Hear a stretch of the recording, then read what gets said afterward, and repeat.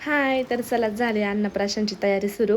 आता अन्नप्राशन करायचं म्हटल्यावर आपल्याला स्टिकर तर लागणारच ना. अन्नप्राशनचं नाव वगैरे लावायचं होतं बॅक साईडने. त्यामुळं आम्ही गेलो पोरवाल रोडला आणि तिकडनंच अन्नप्राशनचं एक घेऊन आलो, बोरणांचं एक घेऊन आलो आणि एक हाफ बड्डेचं स्टिकर घेऊन आलो.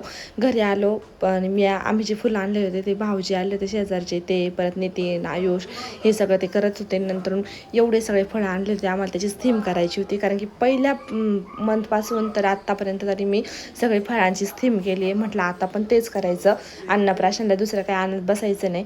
तर हे बघा किती इतका पसारा करून ठेवलं. तर आम्ही सगळं कट करून वगैरे सगळे जे त्याची क्रिएटिव्हिटी दाखवत होतं. आणि आयुष आर्यन आराध्या ते पण करू लागत होते, ताई पण आल्या होत्या, ताई पण करू लागत होत्या. आणि बाकीच्या मावशी त्या वैशू मावशीने मिसळ बनवली होती छानशी. बाकीचे सगळे आवरू लागत होते, त्याचं काम जे ते करत होतं. आणि एवढे सगळे इथं ना हे भैया पण आल्यानंतर भैया पण लगेच म्हणे मी पण आता काहीतरी बनवतो.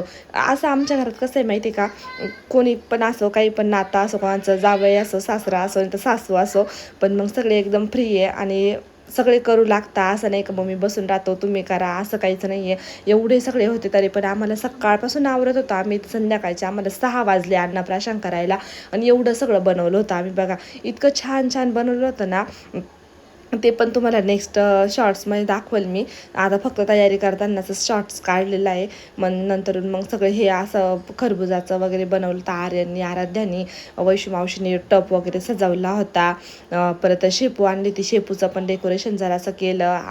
आईचं काम तर आईचं आणि मोठ्या मावशींचं काम फक्त बाळांना सांभाळायचंच होतं, त्या सांभाळत होतं त्यांना, बाकीचे सगळे आवरत होते. हे बघा टपच्या बाजूने वैशू मावशीनेच केलं होतं बरं का हे. आणि तिकडं ताई मी स्टिकर वगैरे लावून घेत होतो. बरेचसे फुलं आणलेले होते मी, त्यामुळे फुलं तर काही कमी पडले नाही, अजून म्हणजे उरले होते ते आता बाकीचे मी बरं. आणि हे बघा भैयांचं चालू होतं शूट काढणं.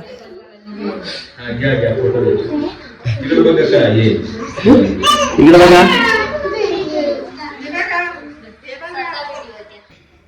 फळं वगैरे सगळे कट करून झाले, सगळं बनवून झाल्यानंतर मग आम्ही घेतलं फुलांचं डेकोरेशन करायला. कारण की आम्ही तिथं खाली टाकणार होतो आणि त्याच्यावरनं ते त्या डिश होत्या ना जे बनवलं होतं ते ठेवणार होतो.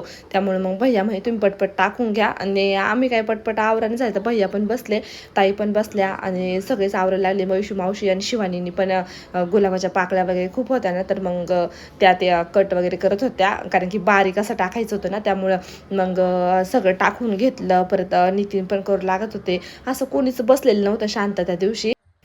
प्रेमाला आणि लगेच बोलायला लागला की येतो आपण ट्रायंगल बनाय. आता स्कूलला जातो ना, बरंचसं हिंदी शिकलाय. आणि आता नेक्स्ट शॉर्ट्स नक्की बघा, त्यामुळे तुम्हाला